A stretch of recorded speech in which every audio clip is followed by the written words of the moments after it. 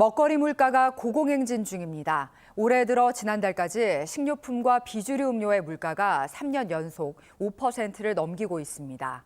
정부는 우유와 커피 등 주요 식품의 물가를 품목별로 집중 관리할 계획입니다. 유성훈 기자입니다. 마트에서 물건을 고르는 소비자들, 물가가 올라도 너무 올라 선택에 신중할 수밖에 없습니다. 김장철이다 보니까 야채, 과일 이런 것도 그렇고 고기도 그렇고 다 올랐죠, 전체적으로. 그리고 밀가루도 그렇고. 올해 1월부터 10월까지 식료품과 비주류 음료 물가 지수는 지난해 같은 기간보다 5.1% 상승했습니다. 이대로라면 올해까지 3년 연속 5%를 넘기는 건데 이는 2011년 이후 10년 만에 처음입니다. 원유와 곡물 등 국제 원자재 가격 상승에 가공식품 등의 물가가 올랐기 때문입니다. 여기에 이상기온까지 겹치면서 과일과 채소류 등의 가격도 오름세를 보이고 있습니다. 지난달 소비자 물가 동향을 보면 아이스크림 소비자 물가 지수는 지난해 같은 달보다 15.2%, 우유는 14.3% 올랐습니다. 빵은 5.5% 상승했고 과자는 10.6%가 올랐습니다. 이에 대해 정부는 태스크포스를 꾸려 물가 관리에 나서기로 했습니다. 우유와 라면, 빵과 과자, 아이스크림 등 7개 주요 품목의 담당자를 지정해 물가를 전담 관리합니다. 모든 부처가 물가 안정을 정책의 최우선 순위에 두는 범부처 특별 물가 안정 체계를 즉시 가동하겠습니다. 정부는 각 부처 차관을 물가 안정 책임관으로 정하고 매주 물가 관계 차관회의를 열어 물가 대응 체계를 가동한다는 방침입니다. OBS 뉴스 유성훈입니다. 고금리 장기화로 매수 심리가 위축되면서 서울과 경기, 인천 등 수도권 아파트 전셋값이 여전히 상승세입니다. 역전세난이 본격화될 것이라는 전망과 달리 오히려 전세 계약을 연장하는 경우가 많아졌습니다. 김대희 기자입니다. 서울의 대규모 아파트 단지입니다. 올 5월 말 상승 전환 이후 전셋값이 계속 뛰었습니다. 벌써 6개월, 반년이 넘습니다. 한국부동산원에 따르면 전국 아파트 전셋값은 0.12% 안팎으로 꾸준히 오르고 있습니다. 경기도와 인천의 경우 입주 물량이 14만 7천 가구로 7년 만에 15만 가구 아래로 떨어져 전셋값이 요동칠 우려가 큽니다. 실제 경기도 의왕, 용인, 안산 지역 아파트 전세는 꿈틀거리기 시작했고 인천 청라와 송도 신도시 역시 석 달 넘도록 오름폭을 키우고 있습니다. 최근까지 서울과 경기, 인천 등 수도권 전세거래 누적 건수는 이미 작년치를 뛰어넘어 9만 4,400여 건에 달합니다. 다세대 주택과 연립주택 등을 추가해서라도 공공주택 공급 안정화를 장담했던 정부. 정부는 국민들께서 양질의 주택이 필요한 곳에 충분히 공급된다는 것을 체감하실 수 있도록 근본 대책을 철저히 이행해 나가겠습니다. 높은 금리 탓에 잔뜩 쪼그라든 매수 심리가 전세 수요로 바뀐 게 상승세 핵심 이유. 특히 내년 초부터 입주 물량 부족이 현실화되는 만큼 당분간 주택시장 혼란은 불가피해 보입니다. OBS 뉴스 김대희입니다. 시중은행에서 자금을 빌린 뒤 이자조차 내지 못하고 있는 가계와 기업이 올해 들어서 크게 늘어난 것으로 나타났습니다.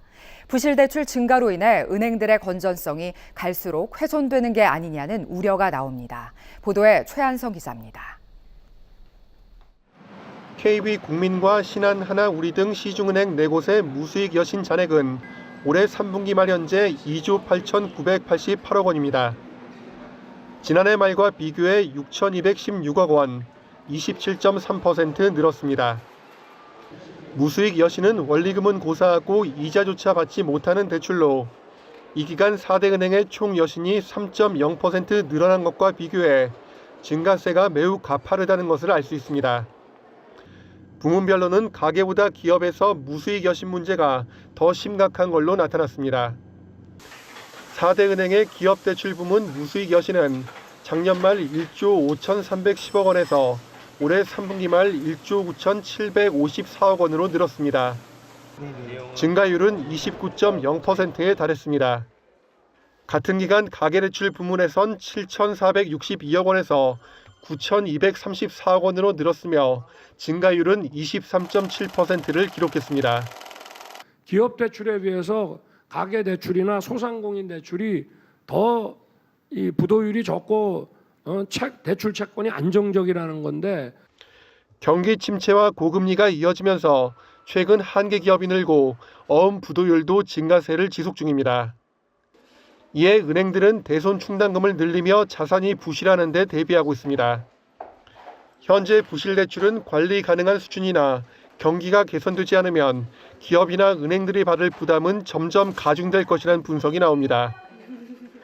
OBS 뉴스 최한성입니다. 올해 3분기 전체 가구의 소득과 지출은 늘었지만 소득 하위 20%에서는 정반대의 결과가 나왔는데요. 경기 둔화와 고물가 등의 충격이 저소득층의 살림을 더 팍팍하게 만들고 있는 것으로 분석됩니다.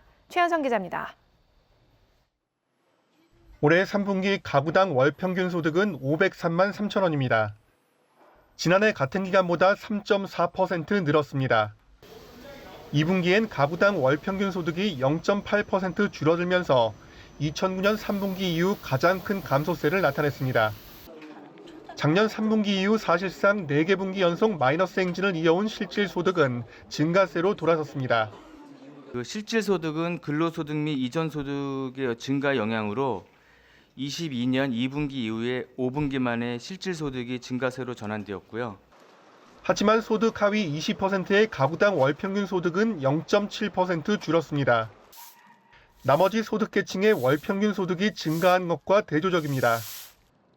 소득 1분위 가구의 월 평균 소득은 112만 2천 원인데 여기서 소비 지출과 비소비 지출을 제외하면 매달 33만 원의 적자를 보는 것으로 조사됐습니다.